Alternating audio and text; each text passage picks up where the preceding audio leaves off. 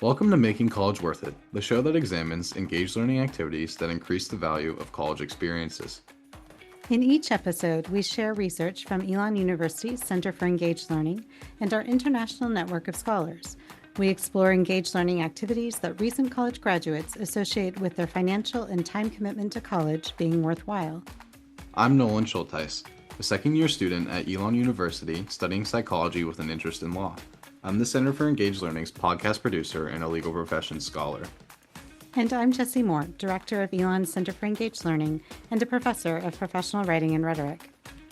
In this episode, we'll explore a tool for facilitating reflection on and integration of undergraduate research in students' college experiences.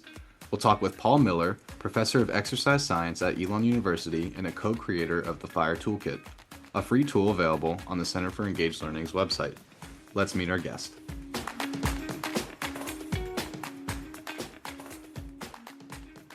So I'm Paul Miller. I'm professor of exercise science at Elon University.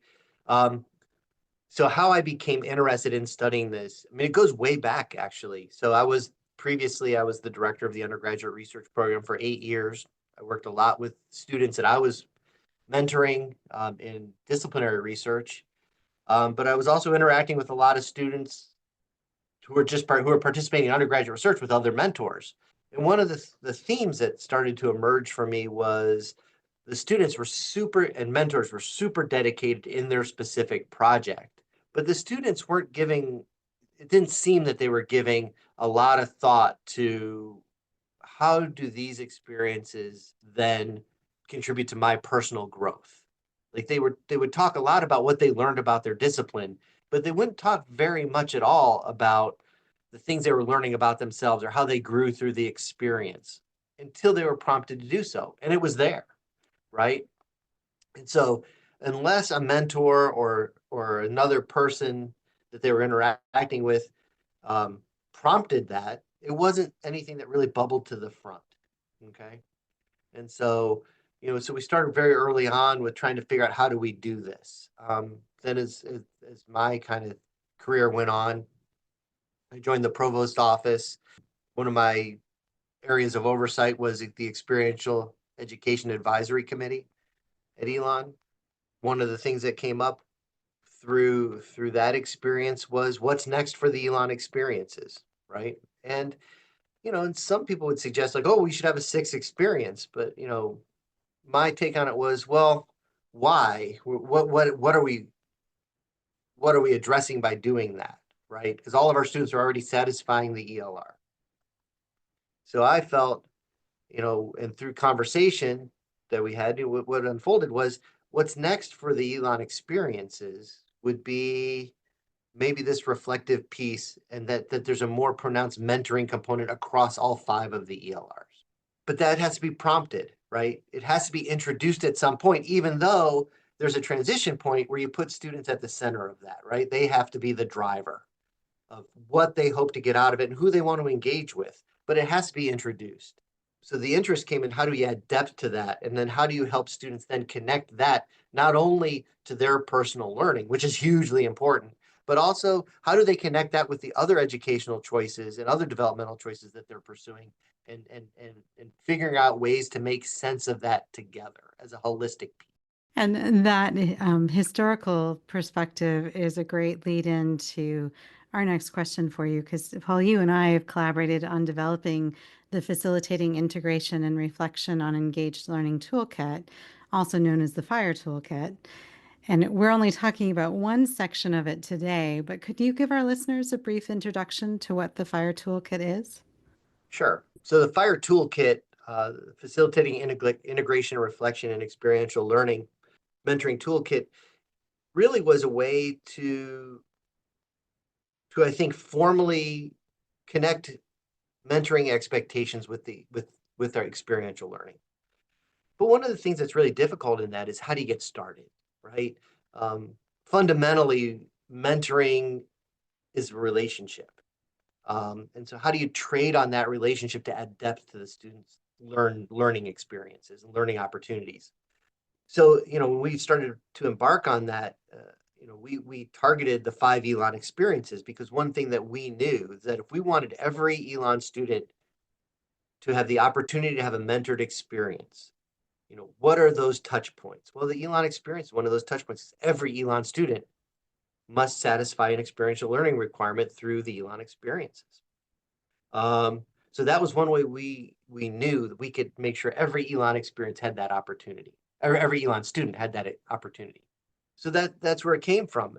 Then as we started to kind of unpack that, we had a planning retreat with the Elon experiences, or the Experiential Education Advisory Committee, had a planning retreat in January where we started to unpack this a little bit more, and came to realize that students are at very different developmental stages, not only in the totality of their time at Elon, but also in their experience with each one of the Elon experiences. There may be a first-year student that's more advanced in their understanding of study abroad than a senior student, right? There could be somebody could have a much more advanced understanding of what they want to get through their undergraduate research experience at a very early time in their educational journey than somebody who's more advanced, who hasn't really thought about it. So what we came up with was an understanding that there has to be some prompts that deal with planning, right? So where am I now? So some positionality kind of taking, like, where am I now? Who am I? Where am I? What is that I'm about? And where do I want to go, right? So, but those things have to be considered before you actually do something, right? Because, a lot of times students would come and they say, well, I'm definitely going to do this experience. And you'd say, why? Well, because everybody else does it. Well, it's an answer. It may not be the best answer, but it is an answer. But if we prompt them to think about it, they might say, well, I really thought I was going to do experience A, but I really want to do experience B, right? Now, truth be told, they probably can do them all. And that's the best case scenarios, when they can really, with earnest, plan this great combination of experiences. But sometimes time runs out, right? So how do you make sure that people are pursuing things that are most meaningful to them before the clock expires, right? And life learning is a lifelong journey. They can do some of those things beyond their time here, but the seed has to be planted at some point. So we have a section of questions for pre-experience, right? So as I approach the experience, what is it that I want to do? What do I hope to get out of it? What things do I want to do? Which experiences do I want to do? What do I hope to gain, etc. And then you enter into the experience, and there's so much coming at you that we've built some reflective prompts for that during time, so that it capture it in the moment. What am I doing? Why am I doing this? How do I make meaning of this? How do I go back each day and ask the right questions and engage in the right kinds of thoughts to make the most of this experience, right? And then we have the post. The learning from doing the experience should not end when the experience ends, right? The learning and the development and the growth that comes from study abroad should not end when you get off the plane in New York and go home to your family. You've just had this amazing experience. There are so many things that still should be resonating with you. You still should be chewing on, thinking about what's next for me in this learning. I really like learning about this. How do I continue learning about this? Well, the same thing's true with undergraduate research. Your learning from an undergraduate research experience should not end when you make a presentation at SURF, when you make a presentation at a professional meeting. You shouldn't say, all right, well, that's done now. I never have to think about that again. It should be, well, that was just another experience in a very long learning trajectory, right? But it's easy to move past it. It's easy to say, like, all right, well, that was a kind of a culminating touch point, and now I'm done with that. Well, what we're hoping with some of those post questions is to prompt. You may not do the exact same thing again. You might say, I'm never going to do another formal research project. Well, I hope not, but maybe. But what are the things you learned in that? What are the things you learned about inquiry? What are the things you learned about asking the right questions, about seeking information so that you're making informed decisions in your life, and then contributing to the body of knowledge so other people can learn from that? That's hugely important. It's about being part of an intellectual community, a community of smart people. It hangs it up short if we don't learn from one another. And so some of these mentoring prompts is really about, like, how do I now position my new awareness in my ongoing learning life? And for our listeners who are less familiar with the Elon experiences, I'll interject very briefly and say that they include community-based learning or service learning, global engagement, internships, leadership, and undergraduate research. And of course, Elon is offering all five to students. Most students do two or more. Other institutions might only offer one or two of those, but the original Fire Toolkit that has questions related to each of those Elon experiences is available for free on the center's website. We'll link to that in the show notes so that even if your school is only doing undergraduate research, there's questions there for you. If you're doing internships, there are questions there for you.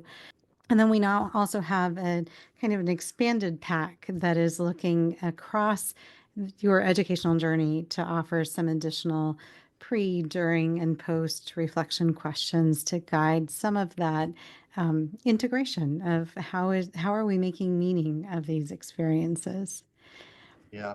Yeah, I think that's a great point. It's that new section about student identified learning experiences.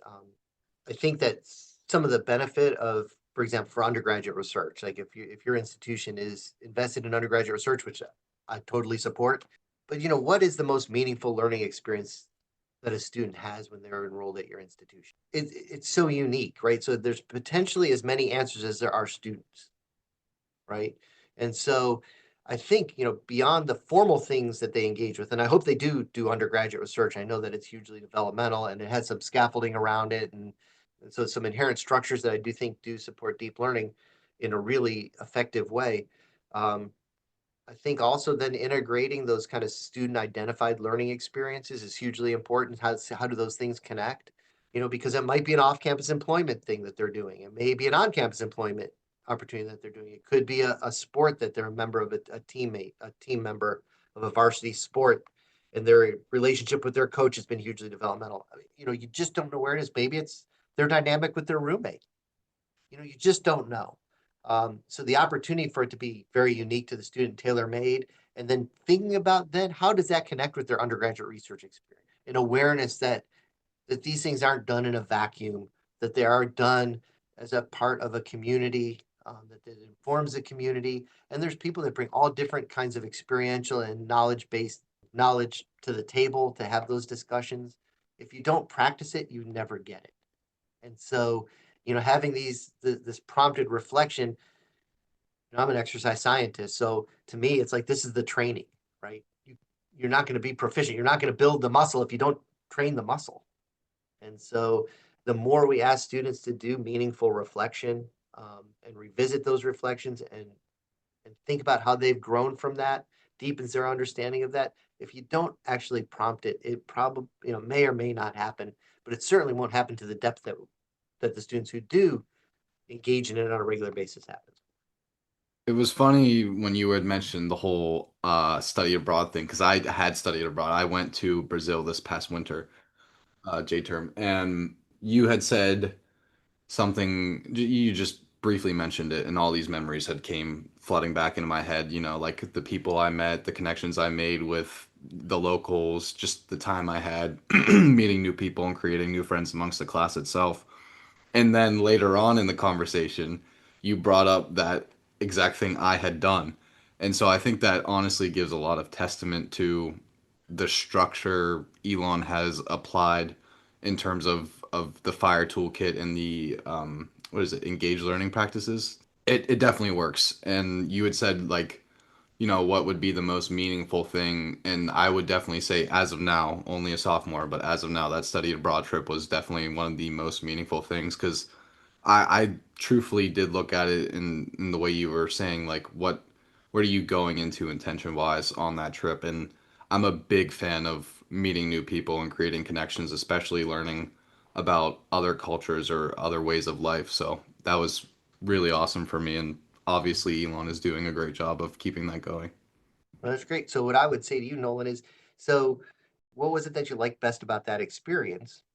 And what would you like to know more about that content area? So there may be an undergraduate research experience for you relative to what you learned on your undergraduate on your study abroad. These things don't have hard borders around them, and that's what people need to realize is that is that they're all pieces of a really amazing mosaic, right? So your learning is creating a unique mosaic of your experiences. So what do you want to add to that? There's no edge of any tile that doesn't connect with another edge of a different tile. And so to me, I would challenge you to say, like, all right, well, what more do you want to learn about? And can you do that through a research experience? And it's interesting, undergraduate research is one of the things that has lower participation nationally. And yet, I hope that the Fire Toolkit questions, particularly the across experience pre-questions, might prompt students to think about, okay, maybe there is an opportunity for me here. And I know Nolan and I have talked about this a little bit, that he doesn't necessarily see himself pursuing undergraduate research. But I kind of wouldn't be surprised if in a year or a year and a half, you suddenly realize, wait, there's a question here that I'm curious about and I want to learn more about. Not only is it, I think, just really great way to take agency over your own learning, right?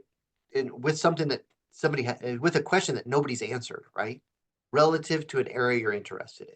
There are these moments when you're doing research where and it may be fleeting, but there are these moments where you learn something. You do your study and you make some kind of revelation in your head.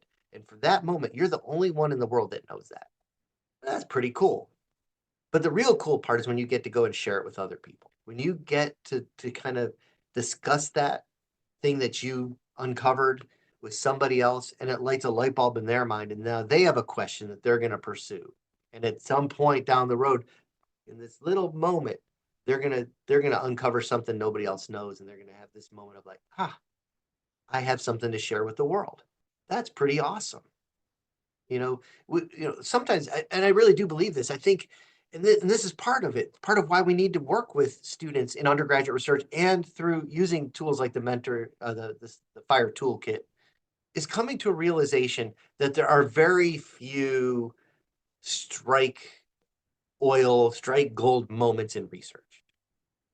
That most of the time, the way our understanding about some phenomenon is informed by an untold numbers of discoveries and discoveries that led to those discoveries and discoveries that led to those discoveries. It's all about all of us contributing to this really complex ecosystem of knowing. And that's part of it. And then the other part is understanding, what does it mean? And without taking time to reflect and share that reflection and talk about it with people, making that meaning, finding that place where it makes sense in the grand scheme of things is very difficult. It's difficult when you do the reflection, but it's more meaningful. And you're helping other people understand it better too. You touched on certain things in conversation about how the Fire Toolkit encourages reflection, but are there any specific parts of it that really encourage reflection throughout the undergraduate research process in particular? I think it all does. I mean, that was kind of a central tenet of the whole thing, was prompting reflection, and learning. I think that starting with a set of questions that have been kind of predetermined allows for a natural kind of outflowing, the developmental kind of progression, because likely the follow-up question is not going to be scripted, right? The written questions get you out of the starting blocks, and then it's up to that dynamic, right? So it's about engaging people with that reflection. I think that's foundationally how it works, how it was intended to work, I should say. So I don't know if there's any one striking feature other than that was like a kind of a guiding principle, right? I think the other guiding principle was that it would be probably introduced by a faculty member or staff member to a student, but then it has to transition to the students driving what gets delved into next. What are some of the contexts in which you've seen the Fire Toolkit questions on undergraduate research successfully used with students? Where have some of those introductions occurred? Or by extension, where might other colleges and universities try integrating the toolkit's undergraduate research questions into their own activities? Sure. So, I mean, I think there's a couple of, at least at Elon, and I suspect there's probably similar structures at other institutions. I think some of the key touch points for that are in, well, one is are programs, orientation type programs that welcome students to campus, right? So very early introduction to the pre-questions is part of the onboarding process for new students and new faculty and new staff. Okay, so as we onboard community members, making sure there's an awareness of this. So I think that's one touch point. I think another touch point is in the mentors themselves. When you're engaging with students around this, to utilize this to help students deepen their learning. I think through advising systems, especially institutions that really embrace a formal advising system, I think that's an important place. And then I think in the undergraduate research program itself. And we've seen a great deal of success because our undergraduate research program has used the FIRE toolkit along within the summer undergraduate research experience to foster conversation, reflection and conversation across lunch tables, for example, that are really meaningful. And I've heard, I mean, it's anecdotal, but that's all right. It's not completely anecdotal. We've kind of found this too, is that the more we've engaged with that, students start to engage each other with it. So it's like, oh, that was an interesting conversation at lunch today. And then they continue the conversation student to student, which is another hugely important piece of supporting an intellectual community, right?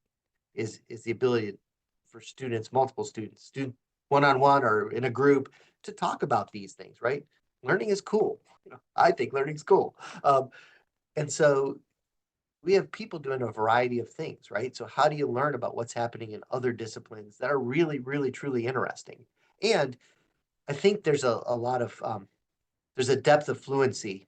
It's one thing to talk about a disciplinary, talk about a research project with a disciplinary colleague. It has one kind of set of characteristics. But being able to talk competently about a disciplinary research project with somebody who's outside of your discipline and really help them understand what you're doing, that's a whole nother layer of skill, because then you need a real depth of understanding. Well, you don't just get there magically. It has to be something you think about. It has to be something you work out with with people who you know, something you have practice, something you really think about a lot and revisit and revisit and revisit. I think one of the things with the FIRE toolkit and this kind of revisiting these things, like where am I now and where am I in a year from now and 2 years from now, is the ability to go back and say like, this is what I thought about undergraduate research when I was a first-year student. Now I'm a third-year student. I've done undergraduate research for a couple of years, and I see that answer a little bit in how I feel about it, but now this is really how I feel about it, right? So in some ways, those very early answers are just the spark of the fire. It's the spark, but the fire is going to really kind of come a little bit later, right? But it's good to revisit those things, because then you can also say, well, this is where I was and this is where I am. Right. So you mentioned specifically within the context of undergraduate research, the idea of mentors being an especially important role.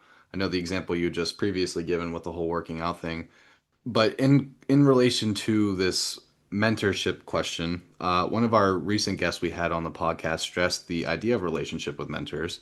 And I was kind of curious, how does the FIRE toolkit enhance those faculty-student relationships? I think there's times that it adds focus. So mentoring is not just a warm cup of coffee and a scone. Okay. And so what it does is if you really embrace it, it puts some focus on it. Like, what are we really trying to do here? Right. Yeah, it's good to develop nice relationships. I'm all for nice people interacting, believe me, in so many different contexts. But when you're embarking on an undergraduate research journey, it's a learning experience. What are you trying to achieve? Right? What kind of growth are you hoping that students can achieve through this? Right? And so what this does is I think it ensures that while you can do all the other stuff, there is this through line of student development. There's this, this is really what we're trying to get done here. Right? And what we find out in our study, we'll find out. I mean, that's the thing, right? We're going to find out through our study what we're going to find out. Sometimes at the front end, you have a hypothesis of what you're going to see, but you don't really know, right? You have a pretty educated assumption, but it may not go that way. Well, only time will tell. But the other piece, regardless of what you find, you can definitely focus learning experiences, right? Because what students can learn about themselves and about the research process and about information and about their own abilities to overcome hardship, to stay in something, about their grit, about their resiliency, about their ability to connect disparate pieces of information is really important. And those are transferable skills. So when somebody does undergraduate research, they're developing all these transferable skills that will help them regardless of their career path, regardless of which community they end up living in down the road, whatever they choose to pursue. It'll just make them more functional and more attuned to what's happening around them. All right. If they do this right and they engage with the toolkit, they will learn how to communicate. Will they be the best communicator in the world? Maybe, but maybe not. But will they be better on day X than they were on day one? You bet. Will they be better at knowing where to find information? You bet. Will they be better about understanding how to seek answers to a problem? You bet. Will they be better about working in a team and being part of a community? Yeah, you bet. While those things may not have anything directly specific to the findings of their study, those are really important learning outcomes. And that needs to have attention placed on it. And that's what the Fire Toolkit can do, is shine a spotlight on those things and make sure that we as mentors and students are attentive to that. And I really appreciate, Paul, the way that you're drawing out a couple things there. I think that the toolkit is helpful for starting to facilitate those deeper mentoring relationships. Sometimes when we're starting off projects, we're still learning about each other as students, as mentors. So having a chance to really have some questions to prompt conversation and then give students agency to carry that reflection forward in ways that are meaningful to them. But then cycling back around to the point that you just ended on of helping reflect on what are the transferable skills that I've learned and taken away from this experience that I can now use as I'm moving into my career path or future graduate studies or any of those things. So I know you've given like certain anecdotes about how students should react with the fire toolkit, but if there's like one thing you could say, what is the advice you would give about undergraduate research in relation to students who are listening to the podcast? Um, hmm. Invest in yourself. All right. Invest in your growth. See this as an opportunity to make big learning gains, right? Don't hold back on the questions. Ask your mentor questions.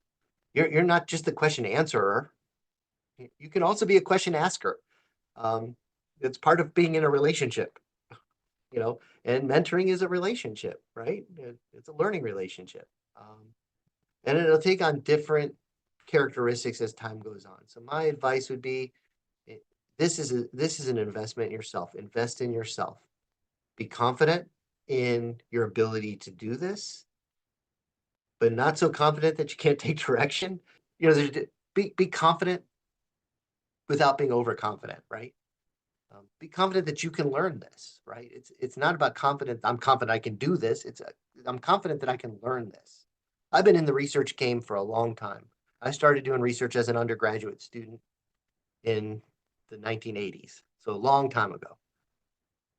And I feel like every time I embark, and it's a through line for my career. I mean, I've never had a timeout on doing research since I started doing research in 1986. Okay. I still feel like I'm learning about myself. I still feel like I'm learning about my discipline. There's things that come down that I don't anticipate, but I learn how to deal with it. I learn how to overcome it. I learn how to integrate it. I know that I'm just partway through my journey, um, and embrace that. It's exciting. Um, don't seek an end. Just seek the next step. You know. I just the last thing you had said, this idea, this philosophy popped in my head, and that's that everyone's living for the first time. So I definitely agree with that. There's a lot to still learn, even at whatever age we're at. Absolutely.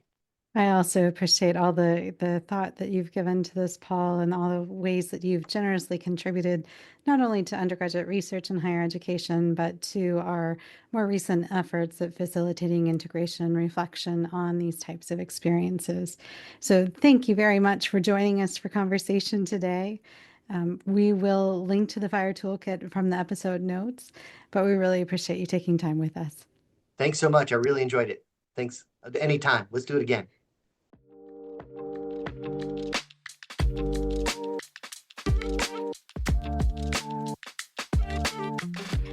So, Nolan, what stood out to you that you think students should think about from this episode? I thought it was really interesting, the point that was brought up about mostly the fact that all of these ideas and contentions that the FIRE toolkit will bring out of us are sitting within ourselves, but we as people rarely take the time to reflect. And I think that with the FIRE toolkit, it's a cool interaction that all it takes is really reading a question that might prompt the gears to start turning, and then that could turn into, a multitude of things. It could change how you behave. It could change what you want to study. I just think the idea of reflection in general needing to be more prevalent in everyone's lives is interesting. I agree. And it was interesting to me, even though Paul and I collaborate a lot, we've designed this toolkit that has pre-experience questions, during experience questions, and post-experience questions. And Paul just kind of blew that up a little bit by reminding us that the journey doesn't end when we finish with the post. And so that it really is an opportunity to think more iteratively, more cyclically, that recognizing that just because we are coming to the conclusion of one type of experience doesn't mean that we can't still think about its implications for what's next in our life, what's next in our journey, and the other types of experiences that might prompt us to consider. I also really appreciated his reminder that the FIRE toolkit can help us think about transferable skills that as students you can take forward to graduate study, to the workplace, from undergraduate research, or the other experiences that you might be reflecting on.